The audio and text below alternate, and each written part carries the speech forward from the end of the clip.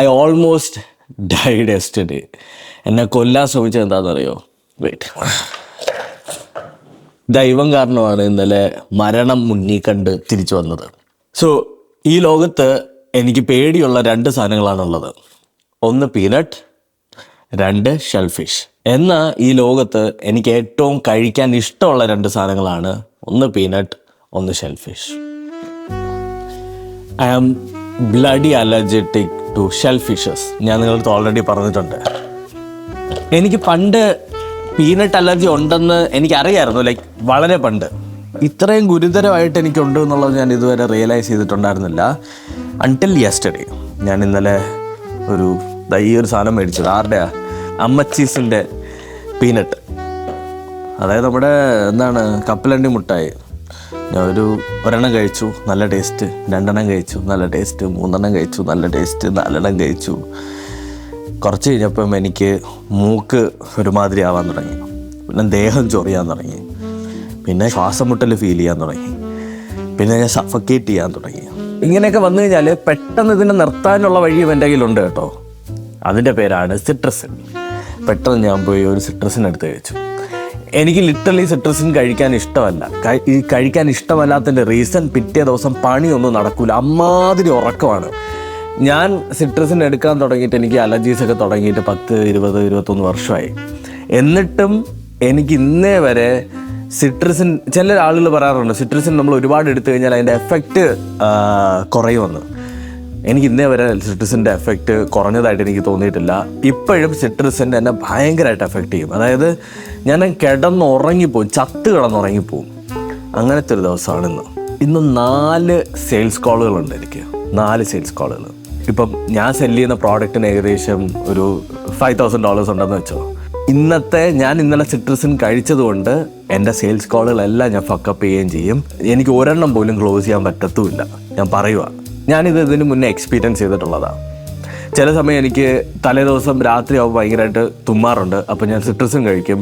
പിറ്റേ ദിവസം sales call അല്ലേ, വലിയ പ്രശ്നമൊന്നും കാണൂല എന്ന് കരുതി നമ്മളിരിക്കും. പക്ഷേ സെയിൽസ് കോളെല്ലാം ഫക്കപ്പ് ചെയ്യും. ലൈക്ക് സെയിൽസ് കോളിൽ നമ്മൾ ആർട്ടിക്കുലേറ്റ് ചെയ്യുന്നത് ഭയങ്കര ഇമ്പോർട്ടൻ്റാണ്.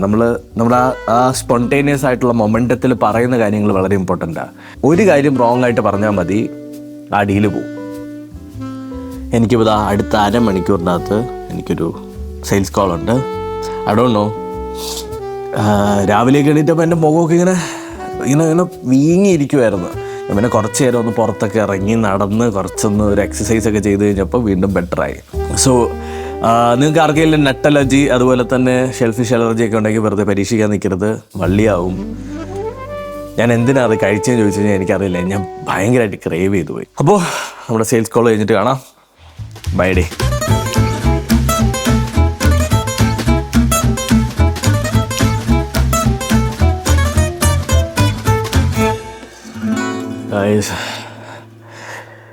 സെയിൽസ് കോൾ കഴിഞ്ഞു.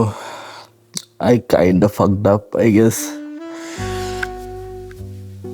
Like ഭയങ്കര സ്ലോ ആയിരുന്നു. അവർ ചോദിക്കുന്ന ക്വസ്റ്റ്യൻസിനൊന്നും ഐ ഫെൽ ലൈക്ക് ഞാൻ അവിടെ ഇരുന്ന് കണ്ണ് തുറന്നു വെച്ച് ഉറങ്ങുവാന്ന്. Literally I messed up. This is what happens. അതായത് ഇതാണ് റിയാലിറ്റി. നമ്മളിപ്പോൾ ഒരു സാധനം ബിൽഡ് ചെയ്യുന്ന സമയത്ത് എനിക്ക് ഇഷ്ടപ്പെട്ടൊരു കോട്ടുണ്ട്. അതായത് ലൈഫിൽ നമ്മൾ എന്തെങ്കിലും ഒരു സാധനം സ്റ്റാർട്ട് ചെയ്യൂലേ, ഒരു സംരംഭം അല്ലെങ്കിൽ നമ്മളൊന്ന് റീസ്റ്റാർട്ട് ചെയ്യുന്ന സമയത്ത് അത് സ്റ്റാർട്ട് ചെയ്ത് കൊണ്ടുവരാനാണ് ഏറ്റവും പാട്. അതിന് എക്സാമ്പിളായിട്ട് അവർ ഒരു കോട്ടിനകത്ത് പറയുന്നത്, ഒരു പ്ലെയിനിൻ്റെ 25% ഫ്യൂവൽ കൺസപ്ഷൻ ടേക്ക് ഓഫ് ചെയ്യാനാണ് ഉപയോഗിക്കണേ. ബാക്കി അത് എയറിലായി കഴിഞ്ഞാൽ പിന്നെ ആ മൊമെൻറ്റം കൊണ്ടുപോയിക്കോളും, പിന്നെ മൊമെൻറ്റം അതിനെ പറത്തിക്കോളും.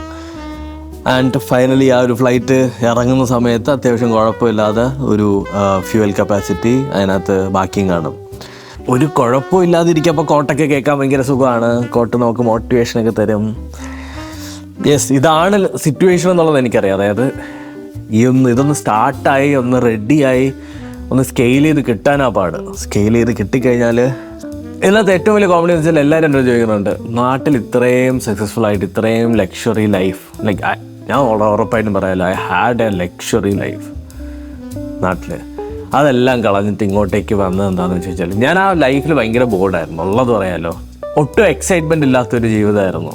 ഹാപ്പിനെസ് എന്ന് വെച്ച് കഴിഞ്ഞാൽ ഹാപ്പിനെസ് ഉണ്ടോ എന്ന് ചോദിച്ചു കഴിഞ്ഞാൽ യെസ്, റെഗുലർ ലൈഫ്, എന്തും നമുക്ക് പോസിബിൾ ആണ് എന്നുള്ളൊരു മൈൻഡായിരുന്നു. എന്തൊക്കെയാണ് പറയണേ, ഞാൻ ഒന്നാമത്തത് എനിക്ക് ആ സിട്രസിൻ്റെ ഹാങ് ഓവർ അത് എല്ലാവർക്കും അഫക്റ്റ് ചെയ്യുന്ന പോലെയല്ല, എനിക്ക് ഭയങ്കര ടെറിബിളായിട്ട് അഫക്റ്റ് ചെയ്യണം. കാരണം ഇന്നലെ തുമ്മി അതിൻ്റെ ടയർഡ്നെസ്സും ഉണ്ട്. ആൻഡ് ഞാനൊരു സെയിൽസ് കോൾ മെസ്സപ്പ് ചെയ്തു. It feels bad whatever. ഞാനൊരു ഉറക്കം പോവാ, അല്ലെങ്കിൽ I can do this. Like ഇങ്ങനെ ഒരു ദിവസം മൊത്തം വേസ്റ്റ് ചെയ്യാൻ പറ്റില്ല. ഇപ്പോൾ ഓൾറെഡി 12 മണിയായിട്ടുള്ളൂ. So I will see you guys. Okay. Hey guys, ഞാനൊന്ന് കുളിച്ച് ഫ്രഷായി ഫുഡിന്ന് ഉണ്ടാക്കിയത് മീൻ കറി, പൊട്ടറ്റോ ഫ്രൈ, മഷ്റൂമും ക്യാബേജും. നിങ്ങളുടെ നാട്ടിൽ എന്താ പറയുന്നത് എനിക്കറിയാം. മെഴുക്ക് വരട്ടിയതാണ് നമ്മുടെ നാട്ടിൽ പറയണേ. പിന്നെ രസം. ഇത്ര സാധനങ്ങൾ ഉണ്ടാക്കി വെച്ചിരിക്കുക. ഞാനിങ്ങനെ ഈ കുളിക്കുന്ന സമയത്ത് അതിന് മുന്നേ ഞാനിങ്ങനെ ചുമ്മാ ഫോൺ സ്ക്രോൾ ചെയ്തപ്പോൾ മാഹിനില്ലേ, ഹിച്ച് ഹൈക്കിംഗ് നോമാഡ്, പുള്ളിക്കാരനൊരു വീഡിയോ ഇട്ടിരിക്കുന്നു. പുള്ളി അതിനകത്ത് പറയുന്നതെന്ന് വെച്ചാൽ ഒരു ഇന്ത്യക്കാരനായി ജനിച്ചത് ആണ് എൻ്റെ ജീവിതത്തിലെ ഏറ്റവും വലിയ പരാജയം എന്നുള്ള രീതിക്കാണ് പുള്ളിക്കാരൻ പറയുന്നത്. As A traveller, as A vlogger, നമ്മുടെ നാട്ടിൽ നിന്നുള്ള വ്ളോഗേഴ്സും ചെയ്യാത്ത കുറേ കോണ്ടന്റുകൾ മാഹിൻ ചെയ്തിട്ടുണ്ട്. Huge respect for him. ഞാൻ കാണാറുണ്ട്, പുള്ളിയുടെ വീഡിയോ കാണാറുണ്ട്. ഞാൻ ആദ്യം കണ്ടത് അരുണിമയുടെയും ഹിച്ച് ഹൈക്കിംഗ് നോമാഡിൻ്റെ വീഡിയോ ആണ്. പിന്നീട് എനിക്ക് അരുണിമേനെ പേഴ്സണലി അറിയാം. ആ വീഡിയോ ഞാൻ കാണിച്ചു തരാം. അവസാനം റിസ്ക് എടുത്ത് ഈ വീഡിയോ ചെയ്യുവാണ്. എന്നെ രാജ്യദ്രോഹിയാക്കിയേക്കാം, തീവ്രവാദിയാക്കിയേക്കാം. ഇത് വേറൊരാളുടെ വീഡിയോ ആണ്. നിങ്ങളുടെ കയ്യിൽ ഈ സാധനം ഉണ്ടോ, നിങ്ങൾ പെട്ടു. അത് നിങ്ങൾ ജീവിതത്തിൽ ഒരു ഫുൾ ടൈം ട്രാവലർ ആവാൻ ആഗ്രഹിക്കുന്നുണ്ടോ, നിങ്ങൾ പെട്ടു കേട്ടോ. ഓക്കെ.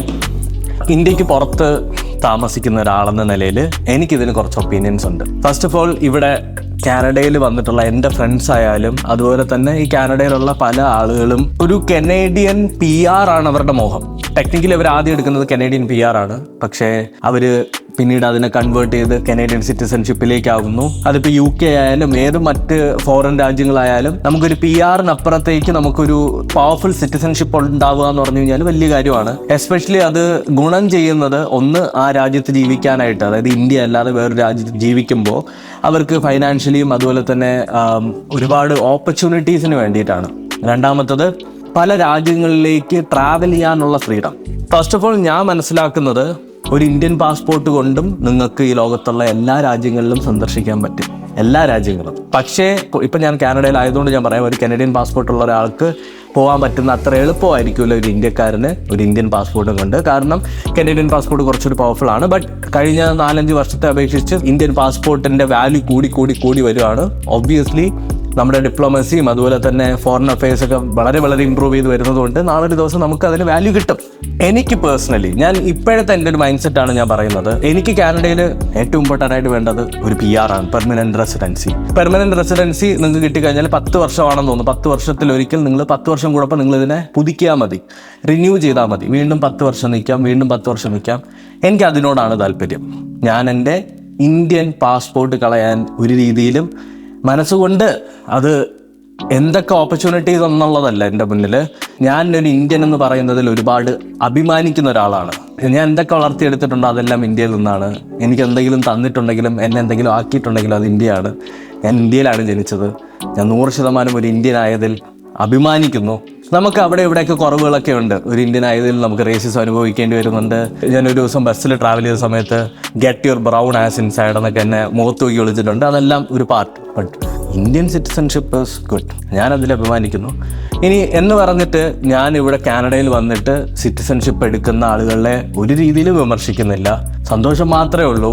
പക്ഷേ പേഴ്സണലി അവർക്ക് അവരുടേതായിട്ടുള്ള ഓപ്പർച്യൂണിറ്റീസും കാര്യങ്ങളുണ്ട്. എനിക്ക് പേഴ്സണലി ഒരു ഇൻഫ്ലുവൻസർ, ഒരു യൂട്യൂബർ ആയതുകൊണ്ട് എൻ്റെ ഫൈനാൻസുകൾ, ഇന്ത്യയിലുള്ള ഫൈനാൻസുകളും ടാക്സ് ഫയലിങ്ങുകളും എല്ലാം അത്യാവശ്യം കുഴപ്പമില്ലാതെ പോകുന്നത് കൊണ്ടും എനിക്ക് കാര്യങ്ങൾ അറിയുന്നത് കൊണ്ടും എനിക്ക് വിവരമുള്ളത് കൊണ്ടും എനിക്കിനി നാളെ വേറൊരു രാജ്യത്തേക്ക് വിസയ്ക്ക് അപ്ലൈ ചെയ്ത് കഴിഞ്ഞാൽ ഈസി ആയിട്ട് കിട്ടുമെന്ന് എനിക്കൊരു വിശ്വാസമുണ്ട്.